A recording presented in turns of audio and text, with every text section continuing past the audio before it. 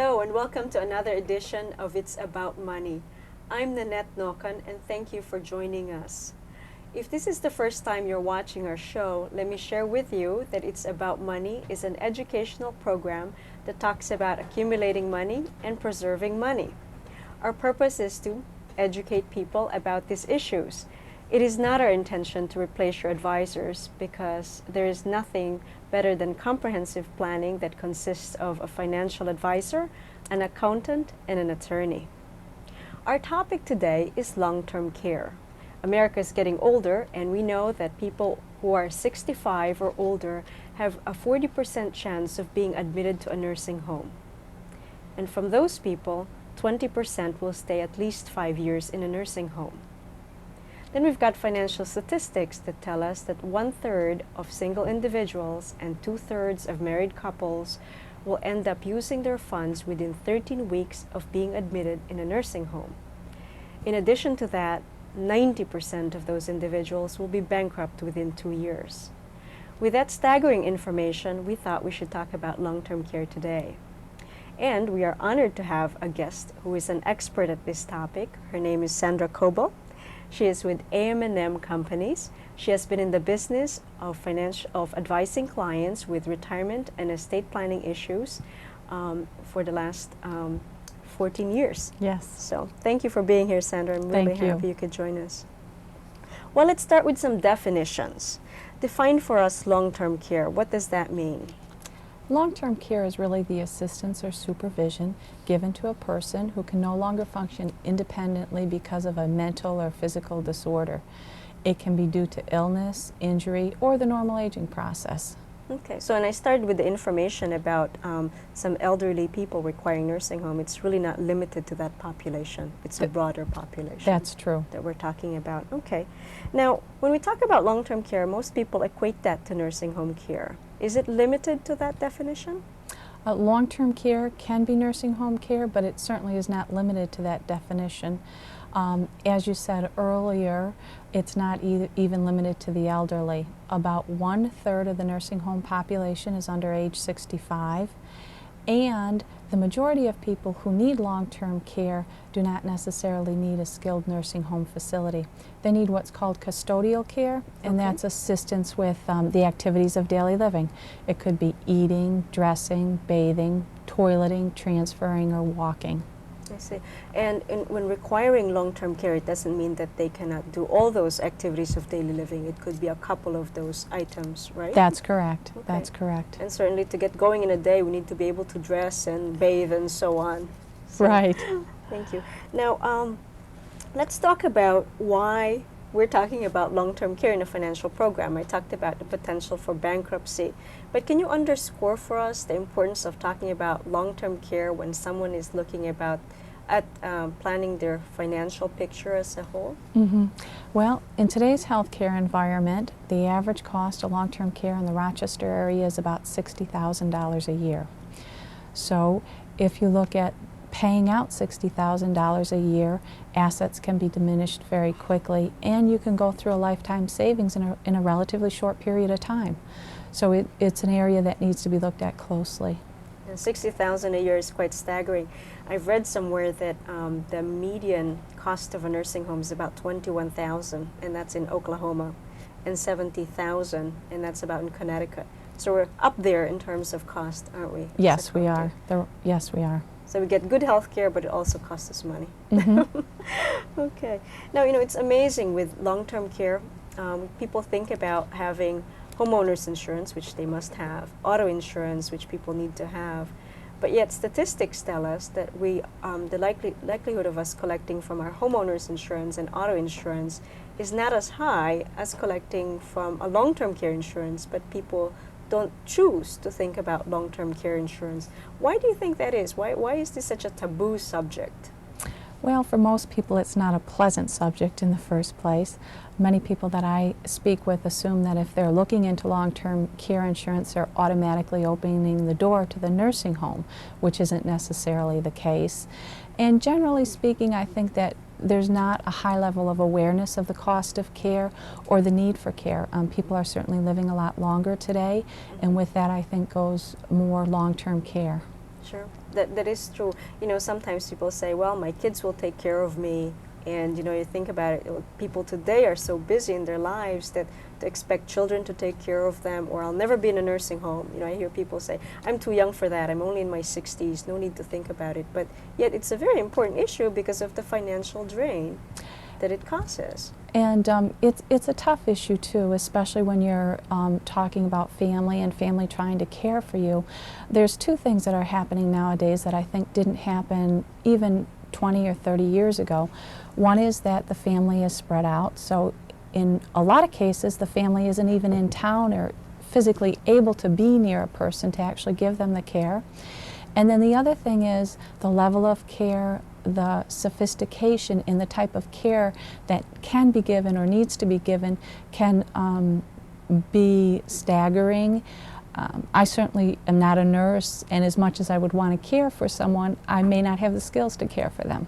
Sure. Or a family member may not have the skills to care for them. Sure, that's a good point. Actually, I've got clients who are nurses, and it's still a struggle for them to care for, you know, the family member because of conflicts. So sometimes you want to provide professional care, but then there's the emotional side of it. Sometimes it's easier to have a non-family member care for you. Yeah, that is probably very true. Now, what about health insurance? People say, I've got medical insurance, I've got health insurance. It probably has provisions there for long-term care. Is that correct, or is that a misconception? Help us shed some light into it. It is really a misconception. Unfortunately, most people think that they do have health insurance so that they automatically have coverage for long-term care, and it's simply not the case. Health insurance is designed to provide what's called acute care or care in a hospital setting. Most long-term care is skilled care, and your insurance, if it does pay for skilled nursing home care, pays on a limited basis, a very limited basis. Okay. So acute meaning that's something that requires immediate attention, that's probably short-term, and long-term, as it says, is long-term, such as being in a nursing home or needing some assistance for a prolonged period of time, whether it be in their home or in a nursing home, whatever level that might be. That's right. Okay, great. Let's see. Now, people talk about Medicare and Medicaid too. People in their 60s get Medicare. Help us define those terms and how that fits into the whole picture of long-term care. I mean, what role does those two different government programs play into long-term care? Well, Medicare is health insurance protection for anyone who's over age 65. It also provides protection for some people who have certain types of disabilities, and also for individuals who have permanent kidney failure. It's a federally run entitlement program. On the other hand, Medicaid is a state-run assistance program for individuals who have low income or little or no assets. They're actually two very different programs.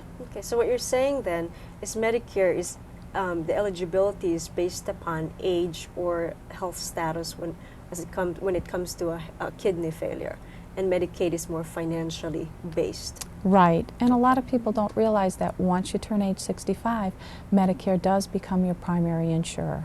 Okay, so Medicare is the primary insurer at age 65, and Medicaid is the program, state-administered program that kicks in when people run out of resources. Correct. Okay, so there are probably more people collecting Medicare than Medicaid with the number of people that age 65 or older in America today. That's true. Great, thanks for clarifying that, because that seems to be a confusing issue for a lot of people, so I appreciate that.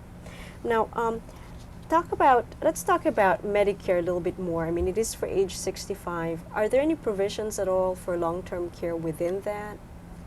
Yes, they have what I would consider very limited provisions. Okay. Medicare provides for some long-term care, but what they do is they put certain screens or requirements in order to get the benefits for long-term care. And the two primary screens are, first, that the care must be skilled and restorative in nature. Okay. And as we said earlier, a lot of the care that people need is custodial. So custodial care, generally speaking, isn't covered under Medicare. The second screen is that an individual needs to have a 3-day prior hospital stay before they can receive Medicare benefits. So when all is said and done, what happens is that Medicare actually pays for less than 2% of all the nursing home beds. 2%. Boy, that's really hardly anything to count upon. It's not something you want to count upon. Yeah, okay. So when we're talking about something that, people are thinking that in order to get Medicare, you have to have some sort of hospitalized first. So someone who's got Alzheimer's, for example, not showing any severe symptoms that require something immediate, but we know in long term they could be harmful to themselves or to others, would not necessarily use Medicare because they don't have any hospitalization needs, right? That's correct. Yeah, That's correct. And even if some person does qualify for Medicare, the benefits are limited. They're limited to 100 days or less. Ah, okay. So after 100 days, You're on your own to pay for your care in any case. uh-huh. And actually, in the statistics I shared that a lot of people run out of resources after 13 weeks. And you don't have Medicare and you run out of resources, then you're out in the street. So it's Well, kind of scary. Or it is scary, but what happens with that is that Medicaid would then pick up. okay, thank you for clarifying. And Medicaid is an interesting program. It's an extremely complicated program. There's thousands of pages of rules and regulations and exceptions. But in essence, when you're looking at Medicaid eligibility, there's two levels that you have to look at. One is an income level and one is an asset level.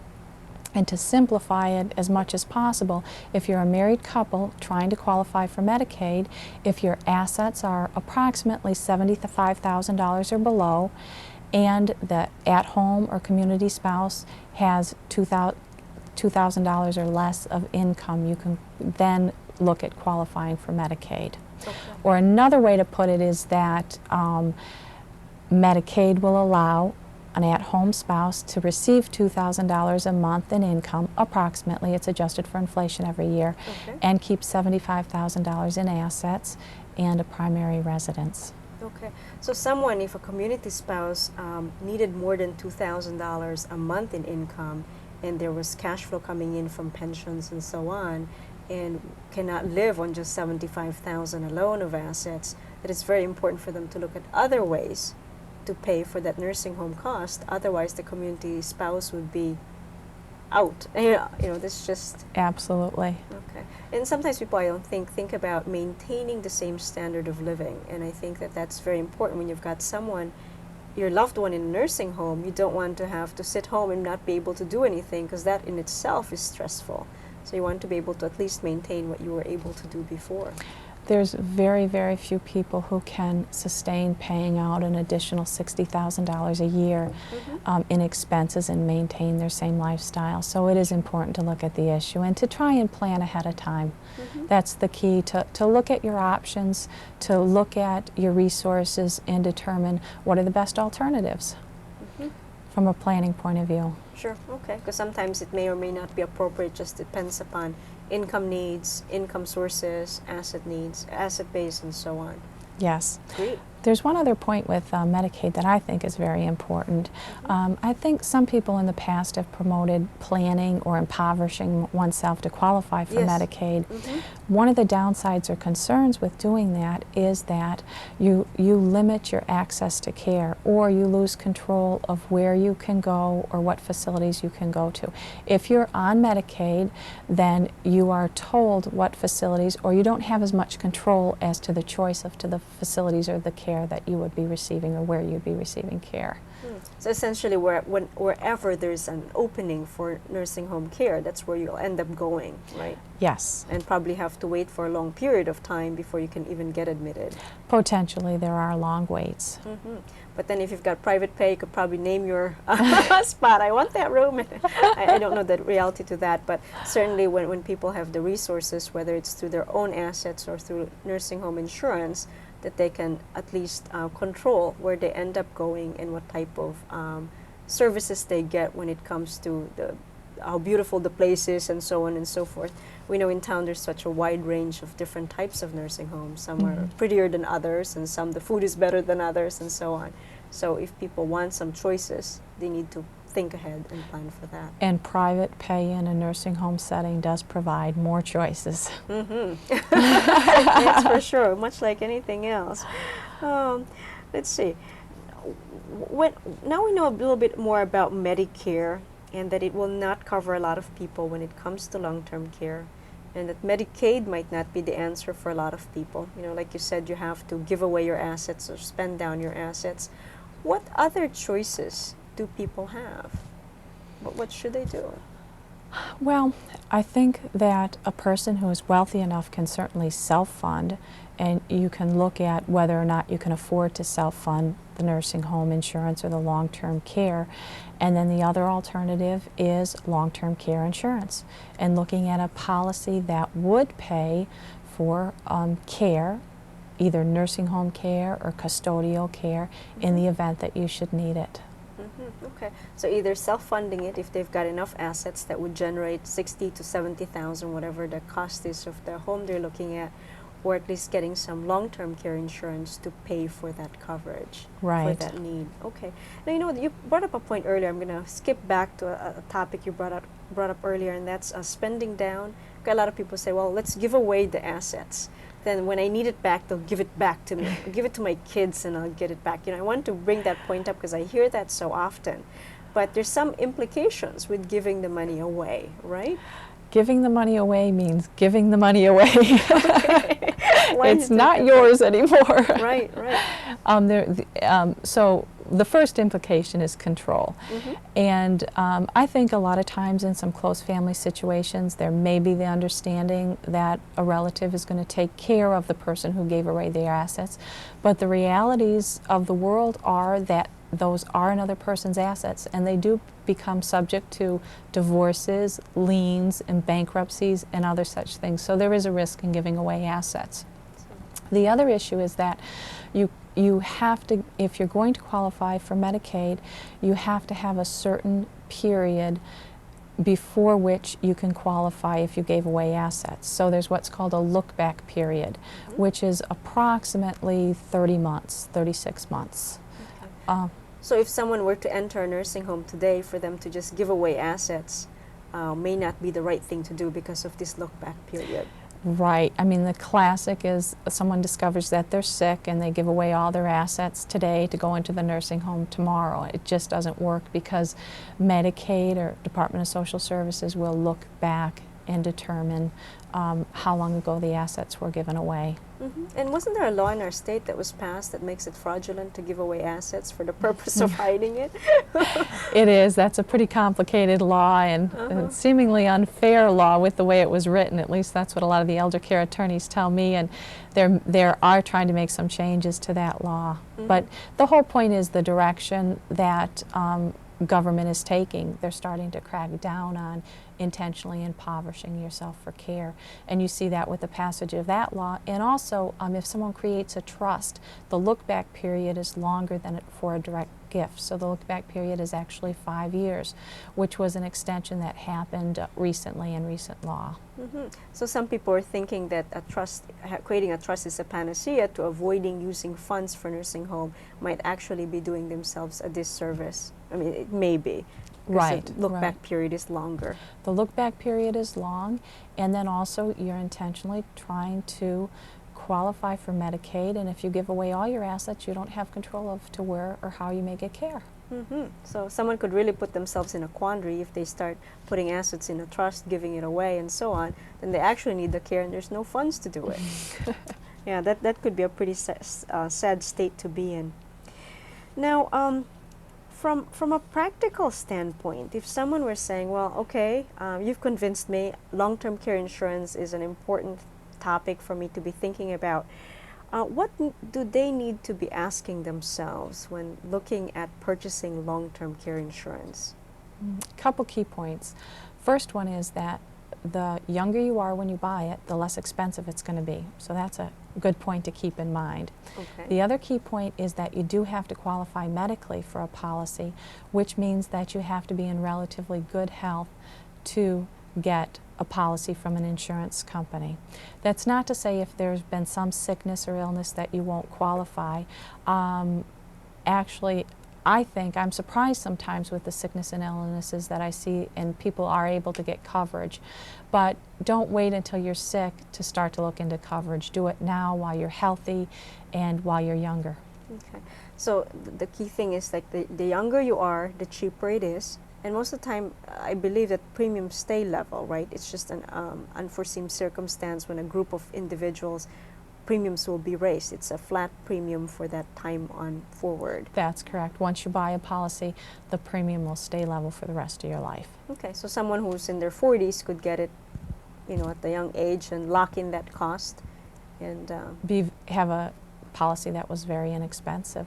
sure. One thing that's key also when you're looking at the long-term care insurance, especially for someone who was going to be buying a policy when they were in their 40s, 50s, or even 60s, would be to check and make sure that that policy had what's called inflation protection. Ah, good point. And what that does is it provides an increasing benefit by a certain percentage each year, but it doesn't make your policy increase in cost. It's built into the policy itself.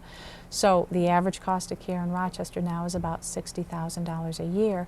If you got a policy to meet the cost of that care and you're 40 years old, you would want to build in an inflation rider so that as the cost of care increased, your benefits with the policy would increase as well. Oh, okay, good point. So someone who got a $60,000 coverage today with a 5% increase, the following year they'll really have $63,000 of benefits, even though they're paying for the $60,000 level. Exactly. Okay, very good. I mean, that's something, certainly the cost of nursing home has been going up, and in many cases it's been going up about the same rate as education expenses, which we all know has been going up quite a bit. So, okay.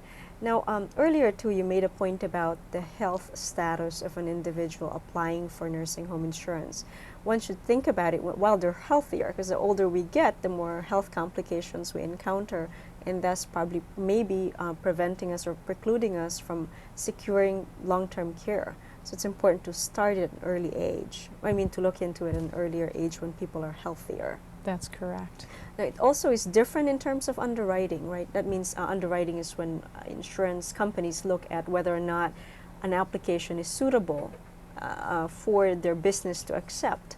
And my understanding is that the underwriting is different for life insurance and long-term care insurance. Is that correct?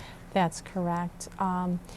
There's an interesting phenomena. A lot of times people are told that they have a certain disease or a certain medical illness from the doctor with a certain prognosis, and they're told how they are from the doctor's point of view. Okay. If the underwriter looks at that same person and is evaluating them from a life insurance point of view or a mortality point of view, the underwriter may have a different opinion as to whether or not they would accept them for the life risk. If an underwriter is looking at them for a long-term care policy, which would be a morbidity risk, you may get another result or another answer as far as whether or not they would be accepted for that risk for that company. Sure, okay. And then also, one company might decline an application, whereas another might accept that application. Is that That's correct? correct. Okay. That's correct. So people shouldn't self-qualify themselves, if you will, or self-disqualify themselves from nursing home insurance. I've been doing this for about 12 years, and I don't even try and second guess the insurance companies at this point in time. So it's better to try an application and let them make the decisions. Sounds good. I have to mention to you, I was kidding my husband. I said to him, well, you're getting close to 40. I think your present's going to be a nursing home insurance policy. He laughs and he goes, that's not a bad idea. You just never know. Well, I had heard that through one of the major employers in town, that the first person to collect from long-term care insurance coverage, employer-sponsored coverage, is in their mid-30s. And it was a result of an automobile accident. So, I mean, may nothing like that happen to our family, but, it's just something to be cautious about. And because it is cheaper when you get it, when you're younger, then it pays off, over time. One of the calculations I've done for a lot of clients is the cost of waiting. If they waited, to secure long-term care to age 70 versus currently, which is age 60 or whatever, the cost of premiums really goes up dramatically, that they end up paying more by waiting. Have you found that to be the case? Yes, yes. Almost in every case, you're better off buying it sooner than later. And the other key issue that I found is that you don't know whether or not you're going to qualify medically. So the cost of waiting may not be just financial in terms of your premium outlay. It may be whether or not you can get a policy. Sure, so it could be health too. Okay, I've got one final question. What should people ask themselves when determining if they should think about long-term care insurance? Well, the first question has got to be, where will the money come from to pay for care? That, I think, is a big question. And then the follow-up question to that is, how long will those assets last if I am paying the average cost of care? The next question to ask is, would there be family members that would be available to take care of me? Are they located in the same community that they could take care of me? And if they are, have they shown or expressed an interest in potentially taking care of a person? Sure. And then the final question is, do you want to depend on the government to set a program or define the type of benefits that you would receive? Are you better off to look into the issues of long-term care and have control over your destiny? Very good questions to ask. Certainly hard to think about, but people should be addressing that. Now, earlier, before we started our taping, you had mentioned that you were willing to give out a guide to choosing long-term care insurance. Is that offer still good? Yes, it is. Great. We'd like to tell our viewers that you can get a free copy of Guide to Nursing Home Insurance, looking at long-term care, from our program. Write to us at It's About Money, P.O. Box 301 in Penfield, New York, 14526. And Sandra, I'd really like to thank you for being here today. You've been most enlightening to our audience, and I really appreciate that. It was a pleasure. Thank you for having me. And thank you for watching us today. And until next time, so long.